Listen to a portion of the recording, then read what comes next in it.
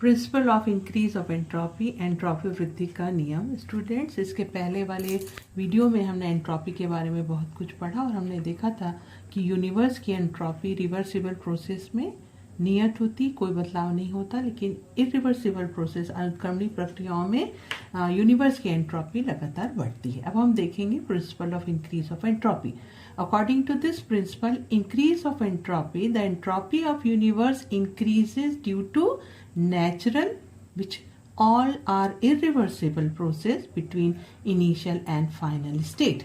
Whenever there is a change in entropy of the system, there is also change in entropy of its surrounding.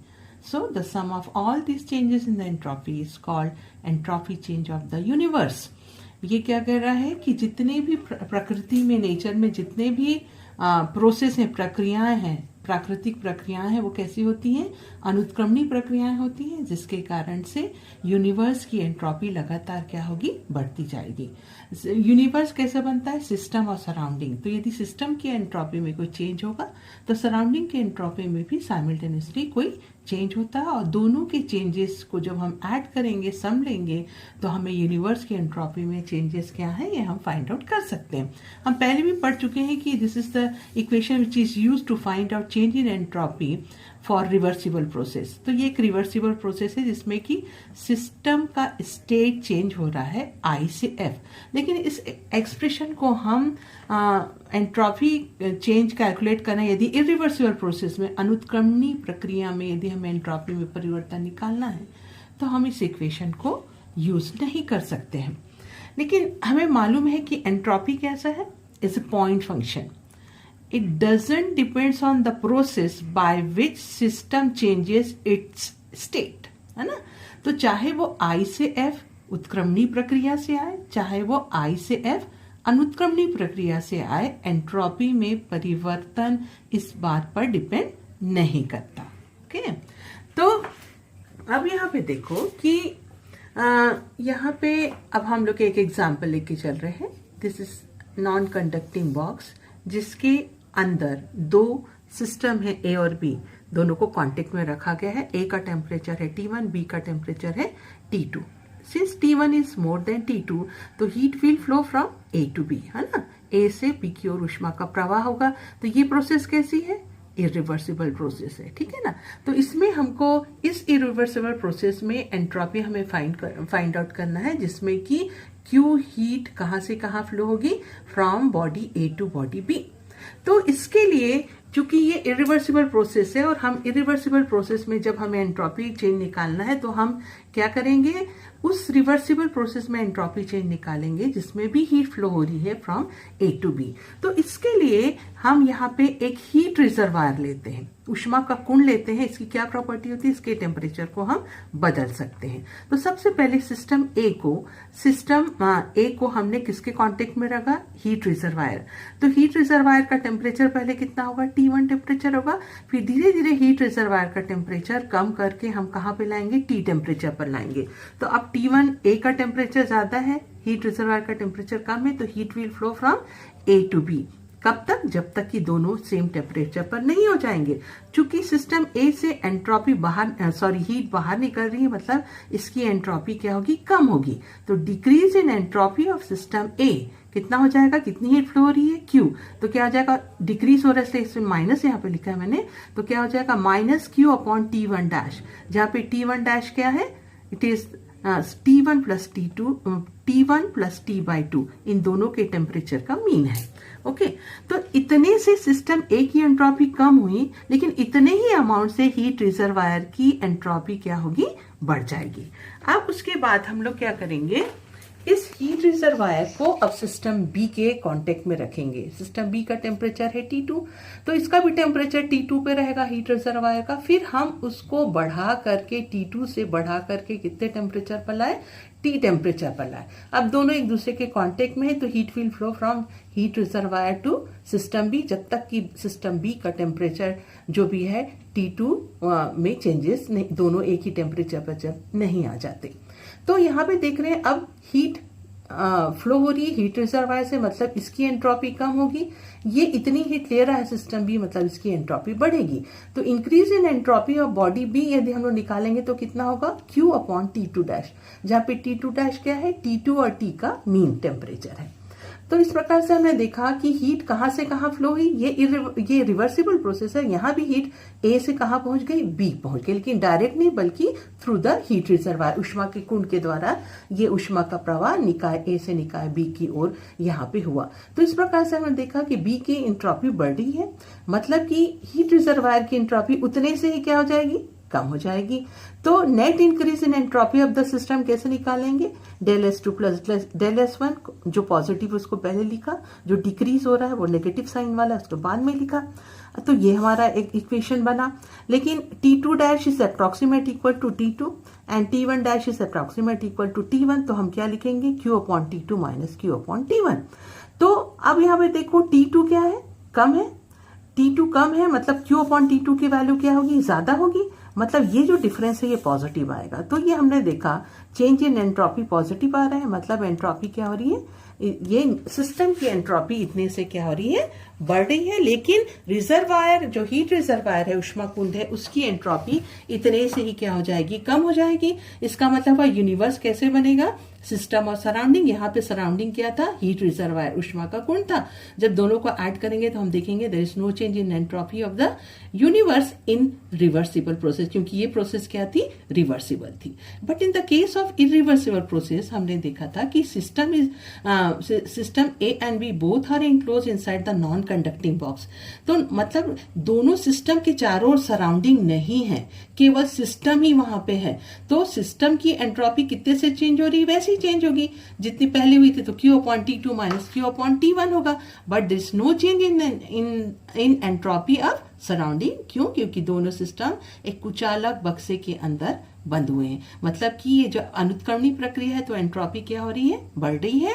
और जितने भी universe में natural process हैं, प्राकृतिक प्रक्रिया है, वो सभी अनुत्क्रमणी है। तो अनुत्क्रमणी प्रक्रियाओं के दौरान लगातार एंट्रोपी यूनिवर्स की क्या होगी, बढ़ती जाएगी। क्योंकि नेचर में, यूनिवर्स में जितने भी हमेशा कंडक्शन के द्वारा हीट फ्लो हो रही है from high temperature body to low temperature body. तो इसे ही हम क्या कहते हैं, एंट्रोपी में वृद्धि का सिद्धांत।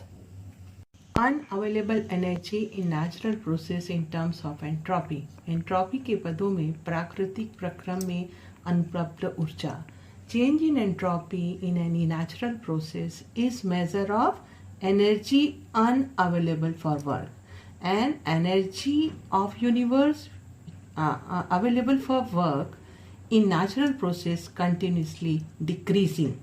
ये क्या बोल रहा है कि जितने भी नेचर में हमारी जो नेचुरल प्रोसेस होते हैं, प्राकृतिक प्रक्रम होते हैं, उसमें जो एंट्रोपी में जो भी परिवर्तन होता है वो किसकी माप होती है, it measure the energy unavailable for work, कार्य के लिए अनुपलब्ध ऊर्जा की माप होती है। और प्रकृति में जो भी घटनाएं हो रही हैं उसके कारण से कार्य के लिए जो उपलब्ध ऊर्जा है लगातार कम हो रही है, उसको हम यहाँ पे एक्सप्लेन करेंगे। हमने सेकेंड लॉ पढ़ा था, थर्मोडायनेमिक्स का सेकेंड लॉ है ना। तो उसमें कैल्विन प्लैंक्स ने क्या बोला था, it is impossible to construct an engine which absorb heat from the source at temperature T1 and convert whole of it into work. While converting heat into work, some amount of it is always rejected to the sink which is kept at temperature T2। हमने देखा था ऐसा कोई भी machine नहीं बना सकते जो कि सोर्स है, जो कि T1 टेम्परेचर पर है, हीट ले और उसको पूरा का पूरा किस में बदल दे, कार्य में बदल दे, वर्क में बदल दे। उसको सिंक को कुछ ना कुछ हीट देना ही पड़ेगा, मतलब सिंक यहाँ पे एसेंशियल है। अब यहाँ पे देखो जो सिंक को जो हीट दी जाती है उसकी क्वांटिटी किस पर डिपेंड करती है, depends upon temperature of sink. Sink का टेम्परेचर जितना कम होगा, सिंक को दी गई हीट उतनी ही कम होती है। क्योंकि सिंक को दी गई जो हीट होती है उससे हम कोई वर्क परफॉर्म नहीं कर सकते, इसलिए ये जो हीट सिंक को दी जाती है वो कम से कम होनी चाहिए। तो यदि हम आइडियली हम लें कि मिनिमम टेम्परेचर किसी बॉडी का हम कितना रख सकते हैं, एब्सोल्यूट जीरो।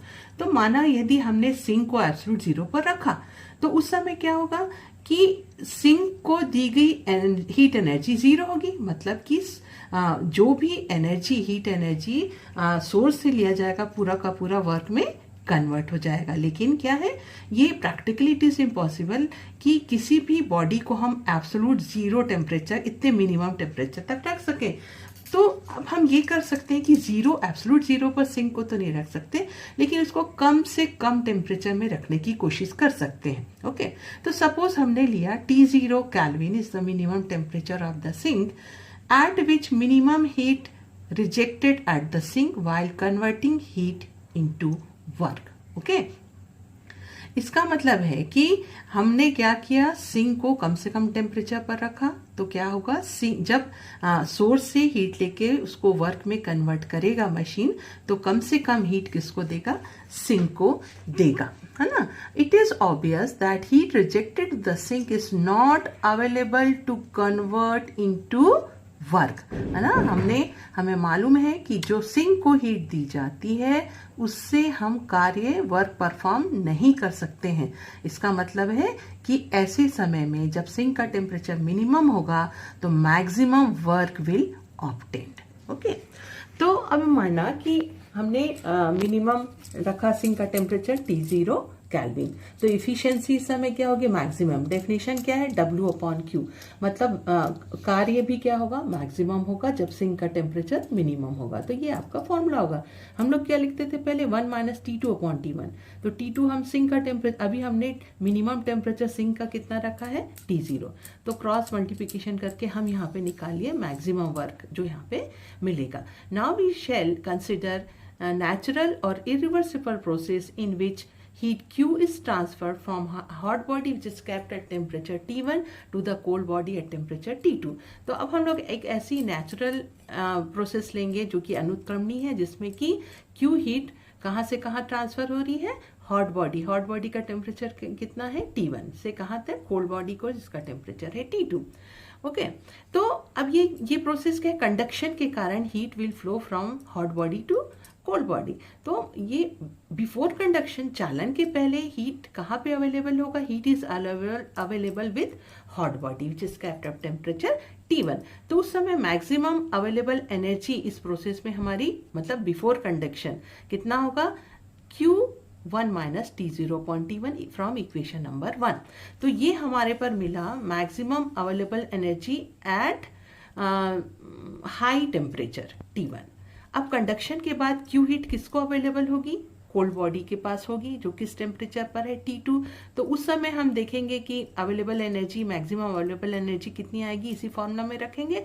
तो यहाँ पे अब T1 की जगह यहाँ पे क्या रखेंगे, T2, क्योंकि कंडक्शन के बाद Q हीट किसके पास है, कोल्ड बॉडी के पास है, जिसका टेम्परेचर कितना है, T2। तो इक्वेशन 3 हुआ।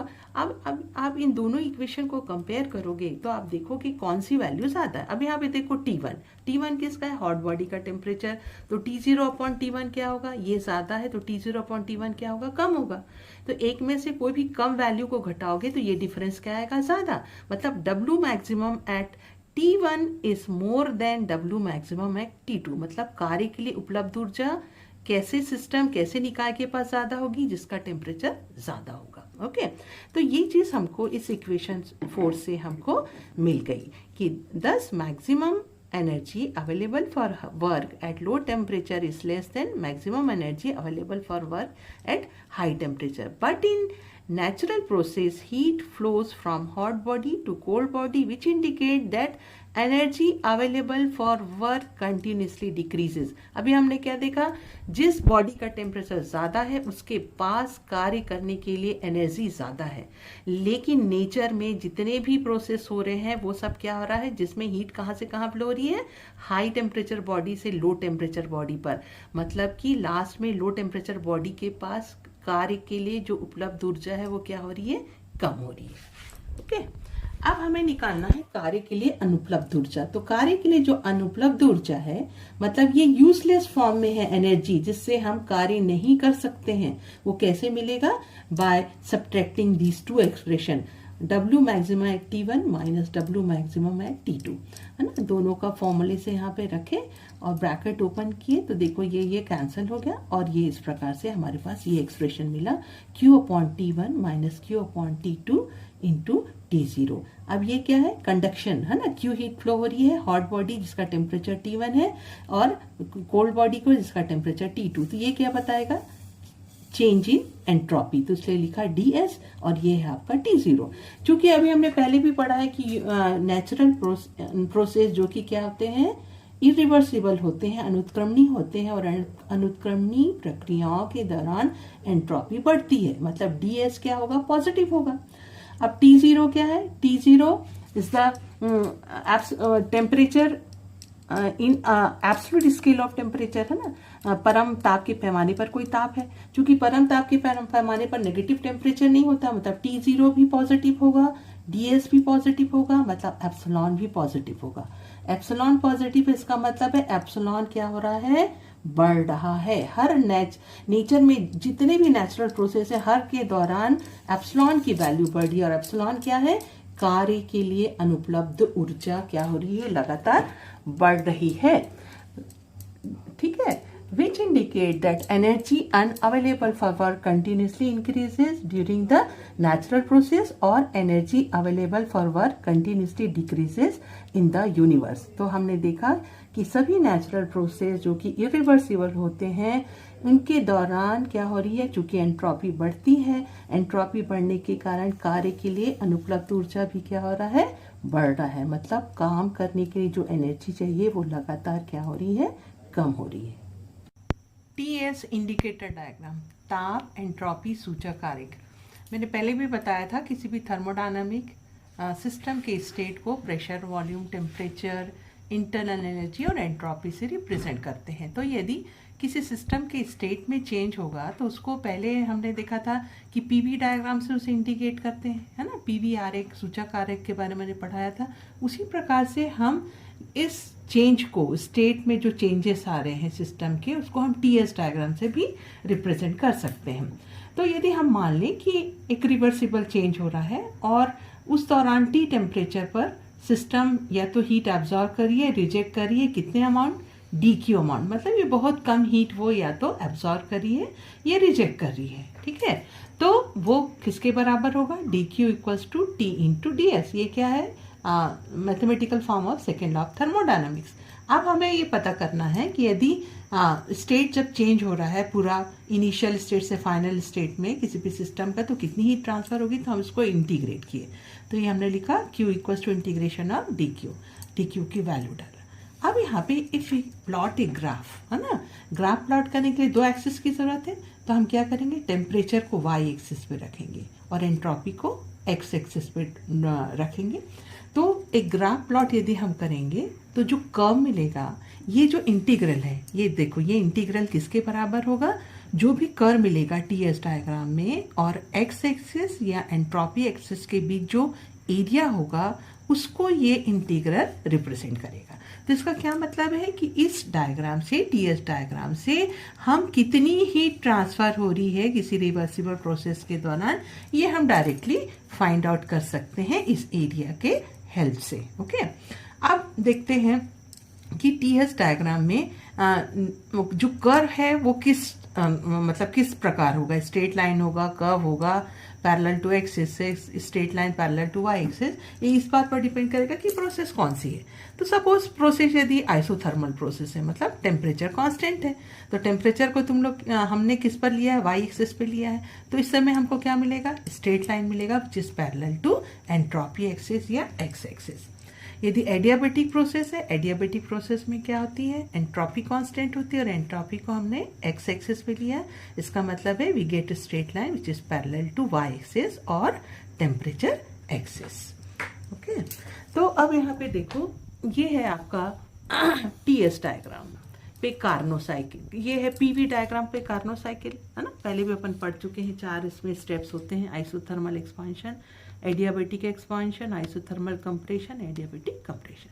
तो ये जो कार्नो साइकिल है TS डायग्राम में कैसा होगा, तो सबसे चलो A से B जब जा रहे हैं तो क्या हो रहा है, समतापी प्रसार। इस दौरान ये क्या कहता है, जो कार्यकारी पदार्थ होता है working substance absorb Q1 amount of heat from the source which is kept at temperature T1, है ना। तो टेम्परेचर पूरा कांस्टेंट रहेगा A से B जाने पर। तो यहाँ पे देखो TS डायग्राम में A से B जाने पर टेम्परेचर कांस्टेंट है, कितना है, T1।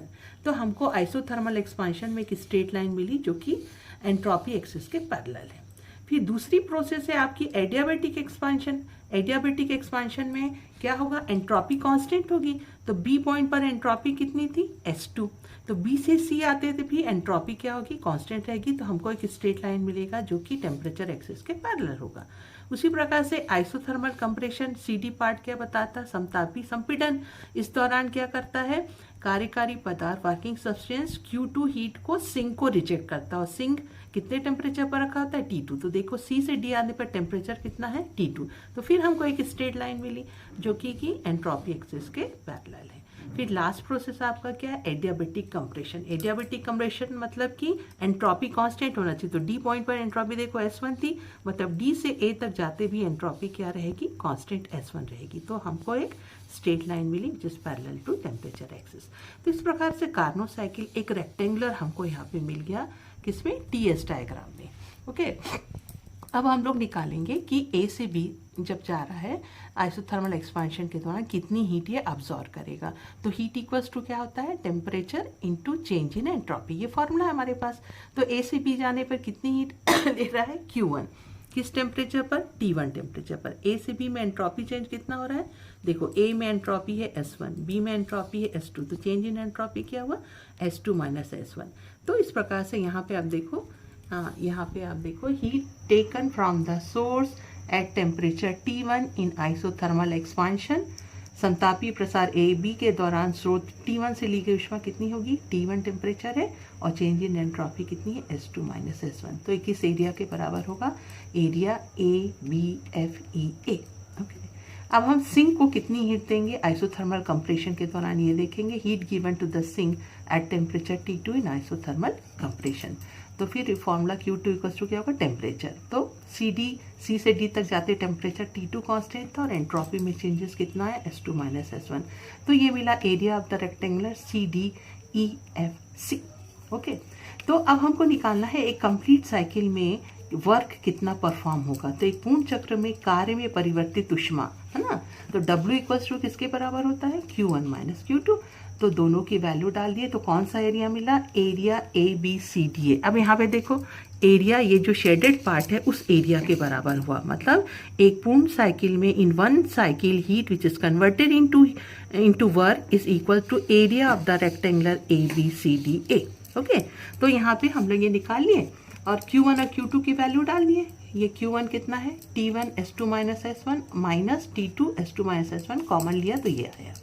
तो एक साइकिल में कितना वर्क होगा, कितना कार्य किया जाएगा, ये कितनी ऊष्मा कार्य में बदलेगी, ये हमने यहाँ से निकाल लिया। अब जब ये निकल गया तो हम उसकी इफिशियंसी भी निकाल सकते हैं। तो efficiency of Carnot cycle equals to क्या होगा, eta equals to W upon Q1।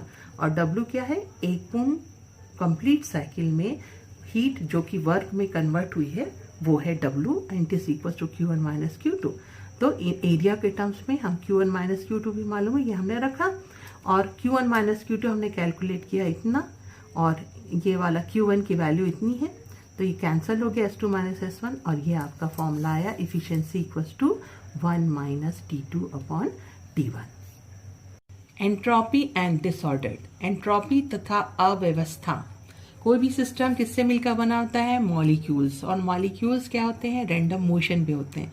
लेकिन जब इक्विलिब्रियम, साम्य अवस्था में, मॉलिक्यूल्स आर वेल अरेंज्ड। ये देखो ऑर्डर्ड स्टेट है मॉलिक्यूल्स की। अब ऐसे सिस्टम को यहाँ पे दूसरे डायग्राम में देखो, हीट जैसे सप्लाई करेंगे तो ये क्या होगा, थर्मल एजिटेशन के कारण, ऊष्मीय विक्षोभ के कारण मॉलिक्यूल्स क्या होंगे, डिसऑर्डर स्टेट में आ गए, अव्यवस्थित हो गए। और हमें मालूम है जब हम हीट देते हैं किसी भी सिस्टम को तो इसकी एंट्रोपी क्या होती है, बढ़ती है। मतलब एंट्रोपी यदि बढ़ेगी तो सिस्टम क्या हो जाएगा, डिसऑर्डर स्टेट में आएगा। लेकिन यदि हम इस सिस्टम के टेम्परेचर को जीरो कर दें, एब्सोल्यूट जीरो पर, तो ये मॉलिक्यूलर मोशन जो है क्या हो जाएगा, खत्म हो जाएगा। And molecules are well arrange, ये वाली स्थिति आ जाएगी। कब, एब्सोल्यूट जीरो पर, और इस समय एंट्रोपी क्या होगी, जीरो होगी। तो इससे हम क्या कहते हैं, थर्ड लॉ ऑफ थर्मोडायनामिक्स। तो इस प्रकार से स्टूडेंट्स हमने देखा कि नेचर में जितने भी प्रोसेस होते हैं वो अनुक्रमणीय प्रक्रियाएं होती हैं, इरिवर्सिबल प्रोसेस होते हैं, और इरिवर्सिबल प्रोसेस में यूनिवर्स की एंट्रोपी बढ़ती है। एंट्रोपी बढ़ने के कौन कौन से दो साइड इफेक्ट्स हमने देखा, पहला तो यह है कि डिसऑर्डर स्टेट मिलेगा, और दूसरी बात कि कार्य के लिए जो उपलब्ध ऊर्जा है वो कम हो जाएगी, कम होती जाएगी, है ना। Energy which is available for work, ये क्या हो जाएगी, कंटिन्यूसली क्या हो जाएगी, डिक्रीज हो जाएगी। तो इस प्रकार से हमने ये यहाँ पे एंट्रोपी का भी चैप्टर यहाँ पे खत्म किया है। और ये ध्यान रखिए कि वीडियो में तो मैंने काफ़ी चीज़ समझाने की कोशिश की, और तुम ये लिखा हुआ भी नोट्स भी देख सकते हो। यदि इसमें कुछ क्लियर नहीं दिखता है तो PDF भी डले हुए हैं, तो आप उसको भी रिफर करिए और वीडियो भी सुनिए, तो सब चीज़ें आपको एकदम क्लियर हो जाएंगी। Thank you very much. ये यूनिट 1 हमारा यहाँ पे कंप्लीट हो जाएगा।